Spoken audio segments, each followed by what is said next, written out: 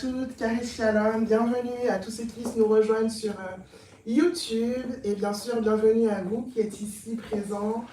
Merci d'être là. Je vais d'abord saluer et honorer notre apôtre Alain Léa, nos pasteurs, pasteur Marc et pasteur Rosie ici présents, notre ancienne Christelle, notre diacre Marie qui est là, fils de Dieu Gérard et tous ceux qui sont réunis avec nous là où ils sont, là où vous êtes les bienvenus. Vous êtes ici à Christ dans toutes les nations, l'ambassade de Sian, donc à Genève. Amen. Alléluia. Amen. Alors ce soir, nous allons juste commencer par rendre grâce ensemble à notre papa d'amour qui est présent, toujours avec nous. Je vous invite à élever vos voix et lui rendre grâce ensemble. Père,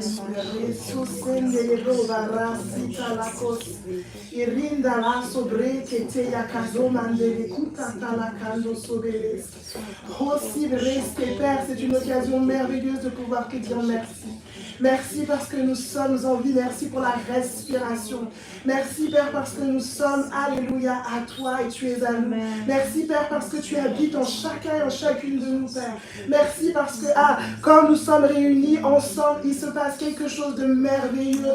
C'est ta présence qui, alléluia, qui nous fait du bien, qui nous régénère, qui nous motive, qui nous booste, qui donne des énergies profondes. Merci, Père, pour la grâce que tu nous fais de pouvoir nous réunir dans cette salle. Merci, Père, parce que tu nous as absolument tout donné. Merci, Père, pour la grâce que tu me fais de pouvoir parler de toi ce soir, parler de ton amour, parler de qui tu es. Merci, Père, pour cette grâce merveilleuse. C'est en tant que tes fils en Christ que nous avons prié. Amen. Amen. Alléluia. Alors, ce soir, c'est moi qui ai la grâce, l'honneur, le privilège d'être ici et de parler. De parler de qui? De notre personne préférée, de notre Dieu merveilleux. Alléluia. Nous allons parler de lui ensemble, avoir une conversation dans l'amour, dans la simplicité, dans sa douceur. Amen. Alors, nous avons commencé, nous sommes au mois de décembre et nous avons commencé un nouveau thème. C'est le thème de l'art et la science du donner / de ta générosité. Et nous avons été entretenus par notre apôtre Alain Léa pendant plusieurs jours intenses et où il nous a emmenés dans les profondeurs, des profondeurs de Dieu qui nous ont fait énormément de bien, qui nous ont fait découvrir énormément de choses, de qui nous sommes, de comment cet art et cette science du donner est quelque chose de très profond et à découvrir absolument. Et puis, nous avons eu notre pasteur Marc, notre bien-aimé pasteur Marc, qui nous a entretenus dimanche, le 1er décembre, sur l'art et la science du donner. Il a fait une introduction, je pense que chacun s'en rappelle, elle était merveilleuse. On a pu voir la vision trinitaire, on a pu voir également la relation divine, la relation intime dans la divinité, et puis nous avons pu voir également notre participation à la nature divine. Quelle grâce! Amen! Alors pour tous ceux et celles qui peuvent, je vous invite à réécouter sur YouTube cet enseignement merveilleux. Alléluia! Alors pour ma part, moi, j'ai décidé d'aborder ce thème avec le sous-thème qui a pour titre « Le don », un langage universel. Le don, un langage universel. Alors quand je lis ou quand j'entends ce titre, je trouve que c'est merveilleux parce que le côté universel, c'est un côté qui englobe, on sent l'inclusion dedans, on sent qu'on est tous ensemble, qu'il y a une communication, qu'il y a de la relation, il y a quelque chose qui se passe qui est très très très très intéressant et profond surtout. Avant de nous intéresser par contre à tout ce qui est universel, le langage universel, on va commencer par le début, on va parler du don. Le don. Alors, il y a une nécessité, une urgence, une importance, quelque chose de fondamental, c'est de comprendre le don, mais c'est surtout aussi de comprendre le fondement du don. Pourquoi le don? Sur quoi est-ce que le don repose? Quand on entend don, on entend donner. Certains peut-être se crispent et disent « Oh là là, on va encore nous parler de donner, moi j'en peux plus, j'ai déjà donné tout ce que j'avais, je suis fatiguée, j'ai donné mon argent, j'ai donné mon temps, j'ai donné de mes forces, j'ai donné de mon énergie, je ne veux plus entendre parler du don. » Peut-être que d'autres se réjouissent et disent « Ah, j'ai jamais entendu parler de ça. Ouh, de quoi il parle? Est-ce que ça va être intéressant ?» Et d'autres sont peut-être un peu blasés. Oui, bon, le don, on en a déjà parlé. En plus, le mois d'avant, on a parlé des dons spirituels. Maintenant, on reparle du don. Quelle est la différence? Franchement, ça fait beaucoup. En fait, on peut se dire tout ça. On peut penser aux associations, on peut penser à donner, faire des chèques, des gros chèques. On peut penser à tellement de choses. Il y a tellement de choses que ça soulève ce mot. Et c'est pour ça que c'est important d'en parler. Parce qu'en fait, comme ça soulève énormément de pensées, il faut faire le tri dedans. Il faut faire le tri dedans, il faut savoir quelle est la pensée de Dieu et quelle n'est pas la pensée de Dieu. Alors, on va aller voir quelle est la pensée de Dieu par rapport au don. Et en fait, ce qui m'a fait rire à un moment donné, c'est comment est-ce qu'on connaît même la notion du don. Mais c'est Dieu qui nous permet de la connaître en fait. Si on remonte, on va aux origines de tout. Et qui est à l'origine de tout, c'est notre merveilleux Dieu. Amen. Alléluia. Alors la notion du don, oui, c'est lui qui peut la définir et lui seul.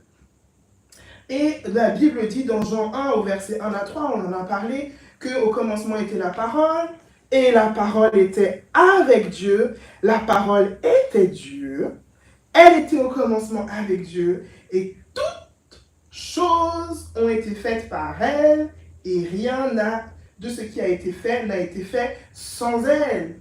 Alors, le don, ne vaudrait-il pas mieux avoir son opinion, sa pensée sur cela d'abord avant quoi que ce soit? Et sur quoi on va se baser pour parler du don? On va aller dans Jean 3 au verset 16. Car Dieu a tant aimé le monde qu'il a donné son Fils unique afin que quiconque croit en lui ne périsse point, mais qu'il ait la vie éternelle. Restez avec moi, restez ensemble. Même si Jean 3,16 vous fait un effet de... Mais Jean 3,16, j'avais regardé même sur Internet, j'ai vu qu'il y a des gens qui se sont, amusés. C'est pas amusés, mais qui se sont donné la tâche de compter combien de fois est-ce que Jean 3,16 arrive. Et c'est un site particulier, je crois que c'est World Vision, quelque chose comme ça, bref. Et en gros, ça apparaissait 2,1 millions de fois dans les recherches et tout. Donc c'est quand même le texte, quoi, phare, base, et on entend ce texte partout. Et des fois, certains sont fatigués, ou peut-être que des fois c'est un peu, oui, bon, je connais Jean 3,16 car Dieu a tant aimé le monde, mais nous allons voir et nous parlons du don qui est un langage universel. Alors, car Dieu a tant aimé le monde qu'il a donné son Fils unique. On va s'arrêter sur ça. Donc, ça commence par car Dieu. Car Dieu. Ok, il y a une explication.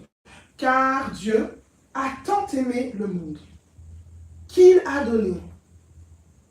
Dieu, on parle du Père, du Fils et du Saint-Esprit. Dieu a tant aimé. Tant aimé. Tant aimé. Quand on parle de tant aimé, on parle de aimer, on parle de l'amour Dieu, on parle de l'amour inconditionnel de Dieu, on ne parle pas des amours, des amitiés entre nous, relations ou tout ça, philéo. Mais on parle de l'amour Dieu. Il a tant aimé. Alors on dit qu'il a aimé et on dit tant. On rajoute le tant. Ça veut dire qu'il y a quelque chose d'intense qui est là. quelque chose de profond, quelque chose qui dépasse même l'entendement. Comment est-ce qu'on peut aimer, tant aimer? On aime déjà, pourquoi il y a le tant aimer? Parce que l'amour, Dieu, parce que Dieu est amour, son amour est un amour qui déborde, qui nous dépasse en fait. Et il dit que Dieu a tant aimé. Ça s'est passé à l'intérieur, dans la Trinité, ça s'est passé à l'intérieur de l'être Dieu. Il y a eu ce lien entre... Il y a cette notion de quelque chose de très... qui va au-delà des mots en fait, qui est vraiment profond. Alors, il a tant aimé, mais qui? Quoi? Le monde?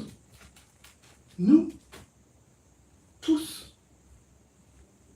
Vous imaginez un amour aussi fort, aussi grand, aussi puissant, qui dépasse notre imagination, parce que pour aimer toute l'humanité, ça fait beaucoup d'amour. C'est vrai. On a de la difficulté à aimer notre voisin, notre voisine, ou même quelque personne qui est plus proche de nous. Alors, toute l'humanité qu'il a donné, tant aimé qu'il a donné. En fait, le fondement, c'est le fait d'aimer. Et ensuite, il y a le don qui vient derrière. Ça découle en fait. C'est ensemble. C'est pas il a tant aimé, et puis après il a donné. Ça va ensemble, ça découle, c'est la relation, je sais pas comment ça s'appelle, cause à effet. C'est quelque chose qui, ça jaillit de l'intérieur et il donne. Et il a donné quoi? Son fils unique. Donc ça ajoute quelque chose encore de plus grand parce que c'est pas qu'il a donné, je sais pas, une voiture ou qu'il a donné un nombre ou qu'il a donné quelque chose de bon. Il a tant aimé et ce tant aimé se traduit en un don qui est à la hauteur du tant aimé qui est à l'intérieur. C'est le fils unique. C'est à la même hauteur en fait. C'est merveilleux. Et quand on sait que le Fils unique n'est pas venu seul, on a vu que Dieu, la parole était Dieu, la parole était avec Dieu. Nous savons qu'en fait, le Fils de Dieu, la parole a été faite chair, et bien en fait, il n'est pas venu tout seul. On a vu avec le pasteur, il n'a pas été jeté pour aller se faire lapider ou lyncher, et puis le père il est là, il regarde le fils se débrouiller. Non, il a tant aimé qu'il a envoyé son fils. Et à l'intérieur du fils, il y a le père qui est là et il y a le Saint-Esprit qui est là. Tout le monde est là. Tout le monde s'est démené, tout le monde s'est mis. Dieu entièrement s'est donné en fait. Donc le fondement du don, c'est pas je vais donner 10 euros, je vais faire ci, je vais faire. En fait, ça vient de l'intérieur. Ça vient d'une prise de conscience de quelque chose qui nous dépasse et qui est christique en fait. C'est Dieu qui aime. C'est Dieu qui aime profondément, qu'il donne. Et il donne qui? Il se donne lui-même. Il ne va pas aller faire le travail à quelqu'un d'autre. Ça vient de lui. C'est une grâce. Des fois, on aime tellement fort qu'on n'a pas les mots, alors on est juste là, présent pour la personne qu'on aime. On est là, on est... ça va, c'est rien, on est en ébullition. On est là et on est présent pour cette personne. Et tout ce que la personne, elle a besoin, c'est comme si on est là, on essaye de faire quelque chose vite pour l'aider. Bon, des fois, ça peut être agaçant, mais il y a ce désir, en fait. Il y a vraiment ce désir qui attire et qui veut donner plus que des mots. Parce qu'on arrive, ça nous dépasse. On n'arrive plus à parler. Même des fois, quand on contemple Dieu, et quand on contemple son amour, qui il est, on est là, mais il n'y a plus de mots. Vous êtes arrivé, vous êtes en train de louer, ou chanter, ou vous êtes en train de danser, ou simplement assis, contempler, whatever. Et vous êtes là, comme ça, speechless. Vous êtes là, mais c'est pas possible. Mais ça, vous voyez? Oui. Et donc, c'est quelque chose qui est tellement fort qui s'est passé à l'intérieur de l'être Dieu, de la communauté Dieu. C'est en fait quelque chose où en lui-même, il s'est vu aimer à un tel point qu'il n'a pu que se donner. Et je réalisais on réalise en contemplant cela que c'est quelque chose de vraiment sacré en fait. C'est saint, c'est Dieu lui-même, c'est profond, c'est vulnérable. On parle d'un cœur en fait, un cœur entier qui se donne entièrement. Et dans le contexte de ce verset qui m'a assez fait rire, c'est, rire. Jésus est en train de parler avec Nicodème à cet endroit-là. Et ça, c'est très, très, très spécial. Parce qu'en fait, il parle avec lui, il l'enseigne. Il lui dit, non mais Nicodème, écoute. Il dit, Nicodème, écoute. Il faut naître de nouveau, non, non, non. Et Nicodème, il est là, oulala, mais c'est quoi cette histoire? Un homme, il ne peut pas rentrer dans le ventre de sa mère, moi je ne comprends pas, il est bizarre et tout. Et puis, mais il est quand même là, parce que Nicodème, il sait qu'il y a quelque chose qui se passe, au-delà des mots. Il est là. Et Dieu l'enseigne. Dieu l'enseigne. Je dis Dieu parce que notre pasteur aussi, une fois, elle nous avait enseigné par rapport à Jésus qui parlait avec Nicodème et qui lui disait nous. Il s'exprime en nous à un moment donné. Et en fait, elle a réalisé, elle nous faisait part de cette révélation, qu'en fait c'était Dieu entier, le Père, le Fils, le Saint-Esprit, qui parlait à Nicodème ensemble. Et il se révélait à lui en disant nous. Et Nicodème, il est là, le pauvre. Il ne comprend pas grand-chose, il est un peu perdu, mais il est volontaire en fait. On ne va pas le juger parce que nous-mêmes, bon, Dieu est en nous et voilà. Mais c'est amazing. Dieu est là et il discute avec Nicodème sans lui dire « Nicodème, c'est moi! Je t'aime! Wouh !» Il est juste là, présent, le don. Et il discute avec lui. Et il enseigne avec douceur, avec amour. Et c'est à ce moment-là qu'il lui parle, il dit « Car Dieu a tant aimé le monde. » Il lui parle de son amour, il dit « Moi, Dieu, j'ai tant aimé le monde. Nicodème, je suis là. » Mais il ne lui dit pas « Je suis là, Nicodème. » Il lui dit juste « Car Dieu a tant aimé le monde. » Et Nicodème, il est dépassé par les événements, il ne comprend rien du tout.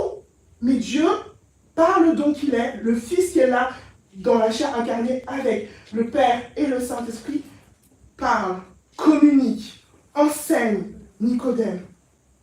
Et ça m'a tellement touchée parce que l'amour de Dieu est tellement fort qu'il il s'est retenu de ne pas aller tout jeter au visage de Nicodème. Parce que Nicodème, il aurait, je sais pas, on l'aurait perdu.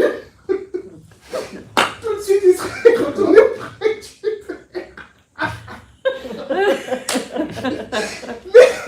mais dans sa douceur, dans son amour et dans son expression, le Père est là, le Fils est là, le Créateur de Nicodème est là, le Saint-Esprit est là, et il parle avec Nicodème. Et Nicodème, il est là. Et il vit un instant glorieux, un instant... C'est un don précieux qu'il a reçu, Nicodème. Il n'a pas vu, il a saisi quelque chose, parce qu'il n'était pas... Voilà, c'était quand même un enseignant, il avait quand même des choses qu'il savait, mais il n'a pas tout compris. Mais Dieu est là parce qu'il aime, en fait, tout simplement. Pas parce qu'il veut que Nicodème comprenne. Parce que des fois, on a tapé sur la tête de Nicodème. Ah, Nicodème ne comprend rien, là, là, là. Il aurait dû comprendre. Tu vois, Dieu lui a dit qu'il n'a rien compris, là, là. Mais c'est pas ça. Il est juste en train d'enseigner. Dieu donne simplement parce qu'il est don. Il est amour et il aime. Et parce qu'il a tellement aimé le monde qu'il s'est présenté à nous. Tout simplement. Alors Dieu n'a pas seulement dit « Je vous aime », il a tant aimé sans annoncer qu'il aimait. Il a donné son Fils. On a vu le Fils, mais on n'a pas entendu de nos oreilles que Dieu nous aimait. Il n'a pas dit « Je vous aime, je vous aime, je vous aime, je vous aime », bien qu'il aurait pu le faire. On n'a pas entendu. Il a tant aimé à l'intérieur de lui-même qu'il s'est donné lui-même à nous. Et nous avons, ce que nous avons vu, c'est seulement l'acte de son amour, qui est le résultat de l'amour du Père, du Fils et du Saint-Esprit envers l'humanité. nous avons seulement vu l'action qui parle plus fort que les mots. Et dans plusieurs textes, dans plusieurs versets, on va voir que Dieu va s'exprimer. On voit que Jean était auprès de Dieu. Il rapporte quand même beaucoup les paroles de Dieu, de Jésus. Et il dit, Jean 15 au verset 13, il va dire, il n'y a pas de plus grand amour que de donner sa vie pour ses amis. Là encore, il donne quelques petits indices. Il parle à ses fils. Et puis, on voit que dans Acte 17, verset 28, en lui, nous avons la vie, le mouvement et l'être. C'est du don, en fait, pur. C'est sa respiration que nous avons. Alléluia. Et on voit également qu'il fait une petite intervention. Dieu est tellement bon, subtil et doux. Il dit, dans Jean 14, verset 27, il parle, il dit, je vous laisse la paix. Je vous donne ma paix. Je ne vous donne pas comme le monde donne, que votre cœur ne se trouble point et ne s'alarme point. Et en fait, cette petite phrase de « je ne vous donne pas comme le monde donne » est énorme. Parce qu'en fait, ça définit complètement la pensée de Dieu, en fait. Il dit « moi, je vous donne ma paix. C'est free. Parce que je t'aime, je te donne. Je ne vais pas vous donner comme le monde fait. » Le monde, quand on dit le monde, c'est la pensée du monde, la pensée qui n'est pas la pensée de Christ. Le monde, quand il va te donner quelque chose, my God, tu es redevable. Tout le temps. Toi-même, tu te sens coupable. Ah oui, il m'avait fait un cadeau, je ne lui ai pas encore acheté un nouveau truc, il faut que j'achète un nouveau cadeau. Ah oui, la dernière fois, elle m'avait invité, mais c'est à moi de l'inviter maintenant, et puis j'ai pas les sous, et puis ci, et puis là. Oh, mais pourtant, c'est lui qui m'avait aidé pendant tout ce temps-là, mais la personne, elle t'a aidé pendant tout ce temps-là, puis après, elle te fait du mal, mais toi, tu te sens mal parce que tu te dis, ah, mais je dois l'aider aussi, parce que comme il m'a aidé, je dois rester là. Il y a plein de pensées bizarres. Bizarres! C'est pour ça qu'on doit comprendre le fondement du don. C'est pas un gneignette le don. C'est pas une gneignette, c'est pas je prends l'argent, je donne. C'est facile ça, pour certains. C'est facile pour certains, bref. Et quand je préparais ce moment-là, il y a des questions qui sont montées dans mon cœur, et peut-être que ça, c'est pour des personnes par rapport au don. Peut-être que dans notre enfance, nos parents, qui voulaient bien faire, hein, nous ont forcés peut-être à donner des choses à des personnes, à d'autres enfants. Ils ont pris ton jouet, ou je sais pas, ils ont pris quelque chose et t'ont dit, ah, il faut que tu donnes parce qu'il faut donner aux autres. Et toi, t'es comme ça. Et ça peut briser un cœur d'un enfant, en fait. Ça a l'air drôle. Bon, j'ai rigolé. Mais c'est juste que ça peut faire des blessures, en fait. Et c'est peut-être ça qui peut vous braquer quand on parle du don. Mais quand tu vois la pensée de Dieu, on voit même que dans la parole, il dit le don est irrévocable. Il ne va pas venir chercher tes affaires pour reprendre. Amen. Donc ça, tu es libre, mon frère, tu es libre, ma soeur, par rapport à ça. Il y a des choses aussi, il y avait la peur de ne pas faire ce qui est bien. Quand je donne parce que j'ai peur, en fait. Voilà. J'ai peur de mal faire ou j'ai peur de ne pas bien faire. Donc, un peu bonne action. Vous voyez? Et ça, encore une fois, quand on commence à comprendre que la source du don, c'est notre Dieu, c'est l'amour, c'est parce qu'il aime qu'il donne, sans attendre en retour, c'est véritable. Là aussi, ça va mieux. On n'est pas en train de regarder qui a donné quoi, qui a fait comment, qui n'a pas fait quoi. Et quand bien même quelqu'un regarderait, c'est pas grave. Alors, c'était ce qu'il fallait que je vous donne. Donc, quand on parle du don, voilà, c'est le cœur de Dieu qui s'exprime à toi, à moi, à nous, et sans dire un mot. Le don est donc un dialogue du cœur qui parle plus fort que les mots. Et le don, excusez-moi, est un langage universel et il a des effets merveilleux quand on le pratique, quand on le vit, quand on l'exprime. Alors en quoi, ça c'est mon deuxième point, parce que le premier point c'était le don. Le don, non, c'était l'importance, voilà, le fondement du don. Et puis le deuxième point, c'est en quoi est-ce que c'est un langage, le don est un langage universel. On a parlé au tout début de l'universalité. Alors, quand on parle du langage, en fait, c'est la faculté propre à un être humain d'exprimer et de communiquer sa pensée par des mots. Et puis, universel, c'est quelque chose qui est considéré comme commun à tous les hommes, qui concerne tous les hommes. Ça vous dit quelque chose? Ah, c'est bien parce que... ah, merci, Père.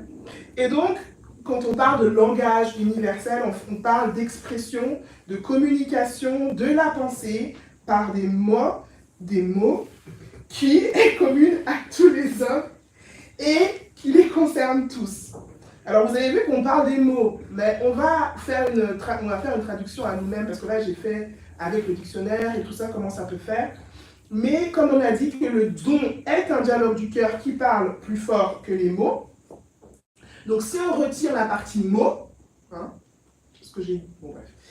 Ça donne que le langage universel est une expression et une communication de la pensée qui est commune à tous les hommes et les concerne tous. Et donc, on parle de quelle pensée? Ici, nous sommes à Christ dans toutes les nations. Amen. Nous parlons de la pensée du Christ. Amen. Alléluia. Alors, ok, le langage universel, ça fait sens pour chacun? Super. Bon, alors le don est un langage universel. Il exprime et communique la pensée du Christ à tous les hommes et cela les concerne tous. Amen. Alléluia. Alors, le don, il transcende. Quand on dit transcender, je ne sais pas si tout le monde comprend, mais ça veut dire qu'il dépasse, il surpasse, il va au-delà des frontières linguistiques. Et il transcende aussi les frontières culturelles et même sociales. Amen. C'est un dialogue du cœur qui parle plus que les mots. Alléluia. Et c'est bien au-delà d'un échange matériel. Il n'y en a qu'un seul qui suit. Alors, on va voir 3 points par rapport aux effets du don en tant que langage universel. Le don, il va impacter et transformer le donneur autant que celui qui reçoit le don. Donc, on est dans le langage universel du don. Alors, un exemple, j'ai pris plusieurs exemples pour chaque point biblique. La prochaine fois qu'on parlera ensemble, on va parler aujourd'hui pour nous. Donc, alors, le don impacte et il transforme le donneur autant que celui qui reçoit le don. Donc, un exemple, c'est l'apôtre Pierre, chez Corneille. En fait, dans Acte 10, c'est assez drôle parce que l'apôtre Pierre, c'est un don, hein, un apôtre, c'est un don. Éphésiens 4, verset 11, c'est un don pour l'Église. Et... pardon? Non, ça. Non, rien. Et alors l'apôtre Pierre, en fait, il est là, il est dans un temps de, on va dire, oui, un temps de prière, il est sur le toit de la maison, et puis Dieu va lui parler. La plupart de nous connaissons cette histoire où il y a 3 fois la nappe avec des viandes, des animaux impurs, que Dieu lui dit tue et mange. Il dit, ah Seigneur, moi je n'ai rien mangé d'impur et tout. Il dit non, 3 fois. Et puis Dieu à la fin lui dit, parce que ce que j'ai déclaré comme pur, tu ne le déclares pas comme impur. Et puis après, il l'envoie chez Corneille. Je fais le résumé. Et en fait, quand Pierre il va chez Corneille, parce qu'il ne voulait pas aller, hein, enfin, en tout cas, il va chez Corneille, et Corneille le reçoit en tant que don. Corneille est tellement content. Enfin, il y a quelqu'un qui est venu pour lui annoncer la bonne nouvelle, pour lui annoncer l'évangile plein. On en avait parlé également, c'était Pasteur Wesley. Et en fait, il arrive et il commence, il dit, je vais faire ce que Dieu m'a demandé, donc je vais commencer à enseigner en fait. Donc il donne encore. C'est lui le donneur pour ce moment-là, en collaboration avec l'Esprit, bien sûr. Et il est là, il parle et tout, il enseigne, et puis il voit l'Esprit qui se manifeste dans Corneille et tous ceux qui sont là, ils commencent à parler en langue, chanter les louanges de Dieu et tout. Et lui, il est comme ça, ses yeux s'ouvrent comme ça, et il a une métanoïa, en fait, il a un changement, il a un alignement, sa pensée, elle fait clac, parce qu'en fait, il réalise que, ah, mais c'est pas que pour nous, quoi. C'est aussi pour les autres. Langage universel, transformation. Amen. Il est transformé, l'apôtre Pierre. Il est plus le même. Après, c'est lui qui va témoigner aux autres. Et en fait, on ne pouvait pas faire autrement parce que Dieu a fait. Et celui qui a reçu le don, Corneille, il est transformé aussi. Parce qu'il est dans la joie et tous ceux qui sont autour de lui sont dans la joie. Ils ont pu exprimer les énergies de Dieu qui se sont manifestées à travers eux. Ils ont pu chanter ses louanges, adorer Dieu et continuer dans cette dimension-là.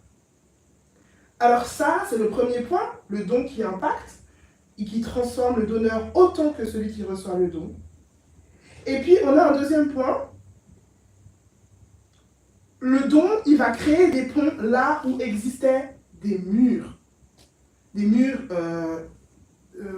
des murs de séparation, c'est pas le fruit.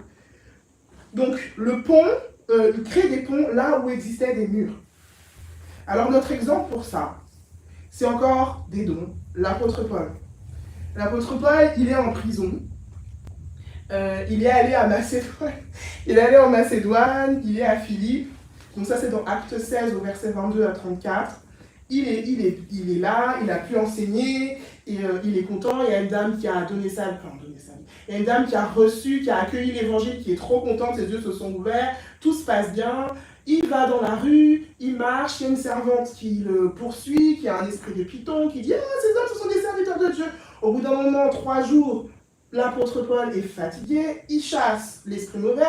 Qu'est-ce qui se passe? Ceux qui faisaient des gains sur cette dame-là, ils ne sont pas contents. Du coup, il les dénonce. Et puis après, vous savez, il se fait taper. Et puis après, il se retrouve en prison. Et en fait, on recommande au geôlier de les garder sûrement. Et le geôlier, c'est le verset 24, acte 16, verset 24, le geôlier ayant reçu cet ordre, il les jeta dans la prison. Il les jeta dans la prison intérieure et leur mit des cèpes aux pieds. Donc les gars, ils vont pas bien. Déjà, le moral, c'est dur parce qu'ils ont, entre guillemets, ils étaient juste dans la vie, quoi. Ils étaient juste là pour annoncer la bonne nouvelle. Ils se prennent des coups. Tout le monde les déteste. Après, on les attrape, on les jette en prison, on leur met des liens. Et dans tout ça, ils ont mal physiquement, en fait. On l'avait vu, on en avait déjà parlé une fois, ils sont dans le sang, ça fait mal, quoi. Et puis, voilà. Donc, ils sont là. Et puis, vers le milieu de la nuit, Paul et Silas priaient et chantaient des louanges de Dieu, et les prisonniers entendaient. Tout à coup, il se fit un grand tremblement de terre, en sorte que les fondements de la prison, alléluia, furent ébranlés. Au même instant, toutes les portes s'ouvrirent et les liens de tous les prisonniers furent rompus. Pause. Normalement, quand il se passe quelque chose comme ça, en tout cas dans les films, quand la prison, tout se casse, il n'y a personne qui attend le signal pour partir en courant. Hein. Je veux dire, et puis les prisons qui étaient comme ça, à mon avis, c'était pas... Voilà. Donc, si tu vois que ta prison elle est ouverte, si tu vois que tu peux sortir, tu sors et tu cours aussi vite que tu peux, sans demander ton reste. Mais le geôlier se réveilla et lorsqu'il vit les portes de la prison ouvertes, la stupeur. Il va tirer son épée et il va se tuer en pensant que les prisonniers s'étaient enfuis. Il pense bien parce que ce serait logique. Il va se tuer en fait. C'est quelqu'un qui va mourir. Il prend son épée, il est au bout de sa vie parce qu'il sait qu'est-ce qui va se passer si on sait qu'il a laissé tous les prisonniers s'enfuir. Ça peut être encore pire que s'il se tue tout de suite. Alors il prend son épée, il est prêt à se tuer. Vous imaginez l'état d'angoisse, l'état de stress dans lequel il est, une épée. C'est même pas un canon, c'est une épée. Donc non mais c'est vrai quand on y réfléchit. Et il va se tuer. Mais Paul, il crie d'une voix forte. Ne te fais point de mal, nous sommes tous ici. Et là, on voit le don, le langage universel. l'amour. Parce que là, comme ça, on se dit, je vois pas pourquoi tu parles d'amour, il se dit, c'est de l'amour. Parce que l'apôtre Paul, il avait été jeté en prison par ce gars-là. Et le gars lui a mis des liens. Et le gars, c'est un géolien, je ne sais pas ce qu'il faisait à l'époque, mais à mon avis, il n'était pas non plus très tendre. C'était pas, il y allait. Donc tu peux dans ton cœur, avoir un problème avec lui. Il dit, il va se tuer. Ah, voilà. Non, mais c'est vrai. Quand je me suis mis dans la scène, j'ai dit, mais en fait, c'est l'amour. Et le don qu'il est va exprimer Christ. Il va dire, non, ne te fais pas de mal. Nous sommes tous ici. Amen. La vie de ce gars-là est sauvée. Il est déjà sauvé, mais je veux dire, là, dans son corps, il ne va pas se tuer. Alors, qu'est-ce qui se passe? Il y a un pont qui est créé entre les deux. Il y avait un mur qui les séparait. Pourquoi? Parce qu'il est géolien, lui, il est prisonnier. On n'est pas du même peuple, on n'est pas du même pays. Tu m'aimes pas. Bon, moi je t'aime, mais toi tu m'aimes pas. Il y a un mur. Mais à ce moment-là, quand le don s'exprime, il exprime le langage qui est pour tous, le langage qui est universel, qui concerne tout le monde, qui concerne ce géolier-là. Le géolier-là, il prend le pont, hein. Il y va. Amen. Non, il se jette pas du pont. Alors les geôliers ayant demandé de la lumière, il entre précipitamment et se jette tout tremblant aux pieds de Paul et de Silas. Et il les fait sortir et leur dit, Seigneur, avec un S parce que c'est Paul et Silas, que faut-il que je fasse pour être sauvé? Et ça c'est merveilleux parce qu'il n'a pas besoin de parler, dire Jésus-Christ t'aime, non. Et le gars, il a compris tout de suite. C'est mis à genoux. L'amour, ça fait plier n'importe qui. Amen. Même dans ses détresses. Alléluia, merci Père. Et il se jette tout tremblant. Et après, on voit, que faut-il que je fasse pour être sauvé? Crois au Seigneur Jésus et tu seras sauvé toi et ta famille. Et ils lui annoncèrent la parole du Seigneur, ainsi qu'à tous ceux qui étaient dans sa maison. Il les prit avec lui à cette même heure de la nuit. Amour, réciprocité. Il lava leurs plaies et aussitôt il fut baptisé, lui et tous les siens. Et les ayant conduits dans son logement, il leur servit à manger et il se réjouit avec toute la famille de ce qu'il avait cru en Dieu. Voilà ce que fait le don. Amen. Il crée des ponts là où existaient des murs. Amen. Dernier point. Le don, il humanise. Nous les humains, par la grâce de Dieu, Christ en nous et nous en lui, nous avons été rendus capables d'aimer. Alors, il humanise nos interactions les plus fondamentales. Il humanise nos relations. Tout ce qu'on peut vivre ensemble. Alors, le dernier exemple, c'est Pierre. Avec le monsieur, vous avez vu le monsieur qui est devant la porte. Je crois que c'est la porte, la belle porte. Voilà, merci à le pasteur. Acte 3. Acte 3, versets 1 à 8. Donc, rappelez-vous, ce point-là, c'est le don humanise nos interactions les plus fondamentales. Tout le monde passe devant cette belle porte. Il y a du monde qui passe. Pierre et Jean, ils montent ensemble au temple à l'heure de la prière, c'est la 9e heure. Et qu'est-ce qui se passe? Quelque chose qu'on voit souvent, nous-mêmes. Il y a quelqu'un qui est devant la porte, c'est un boiteux, celui-ci, de naissance, qu'on portait et qu'on déplaçait tous les jours à la porte du temple appelée la Belle, pour qu'il demandât l'aumône à ceux qui étaient dans le temple. Ça, c'est une situation quotidienne pour nous tous. C'est triste, mais c'est quelque chose qu'on connaît. Cet homme, voyant Pierre et Jean qui allaient y entrer, leur demanda l'aumône. Pierre, de même que Jean, fixa les yeux sur lui et dit, « Regarde-nous. »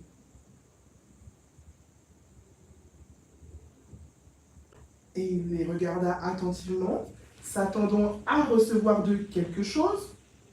Donc le don, comme on peut le penser dans le monde, ils vont me donner de l'argent, voilà, c'est trop cool, je vais leur sourire et puis je serai bien content, je vais pouvoir manger aujourd'hui. Alors Pierre lui dit, je n'ai ni argent ni or, mais ce que j'ai, je te le donne. Et là, on est pleinement dans le don. Christ, ça humanise les interactions. Parce qu'il s'est arrêté, il n'avait pas de sous.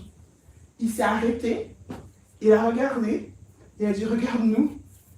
Le gars a regardé, il a dit, ok, j'ai pas d'argent. Donc là, déjà, tu regardes dans les yeux. Tu vois la personne. dignité, relation, humanisation. C'est pas un...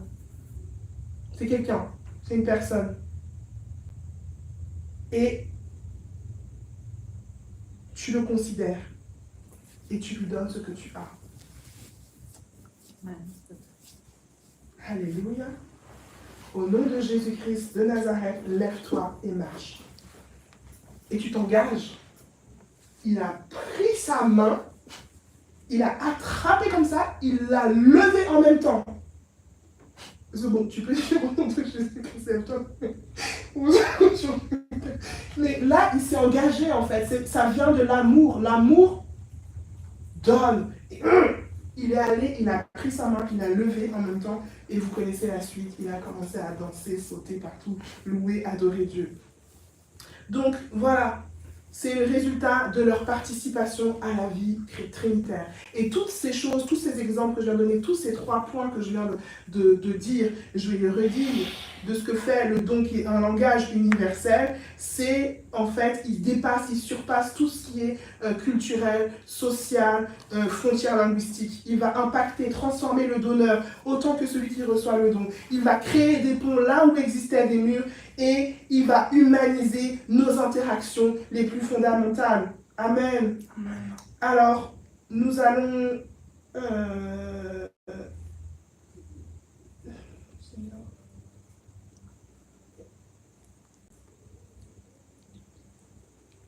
rendre grâce à Dieu.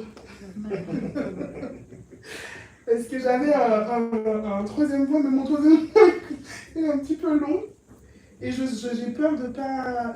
et puis je pense que ça sera bien comme transition pour la prochaine fois. Mais en tout cas, nous allons rendre grâce à Dieu et nous allons terminer sur cette merveilleuse phrase qui n'est pas seulement une phrase, mais qui est l'expression de la beauté du cœur de Dieu. C'est le don est un dialogue du cœur qui parle plus fort que les mots. Amen. Alléluia. Alors je vous invite à rendre grâce ensemble. Là, vous êtes de prendre la position qui vous convient et de simplement élever vos voix et rendre grâce à Dieu pour le don qu'il est en nous, le don que nous sommes, la grâce de pouvoir participer à cette vie trinitaire, la grâce de pouvoir parler ce langage universel, aller au-delà des mots et créer des ponts là où il y a des murs, partager l'amour, humaniser, avoir une relation avec ceux qui sont autour de nous et simplement aussi être transformé et tout en vivant une transformation avec celui qui reçoit. Élevons nos voix.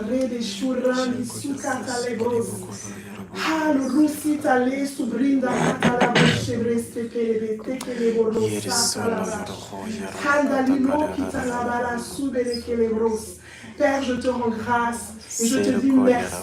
Merci parce que tu as rendu encore une fois de plus ministère, alléluia, à chacun et à chacune de nous par ton esprit en nous.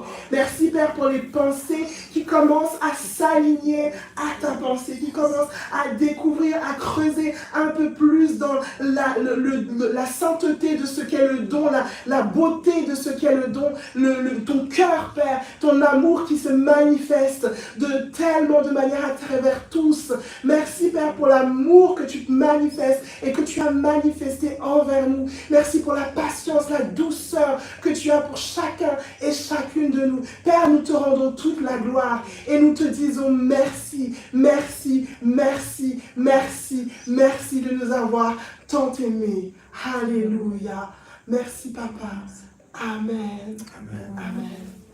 Alors, nous rendons grâce à notre merveilleux Père d'amour pour ce temps merveilleux que nous avons passé ensemble et nous en aurons encore un autre et encore plusieurs.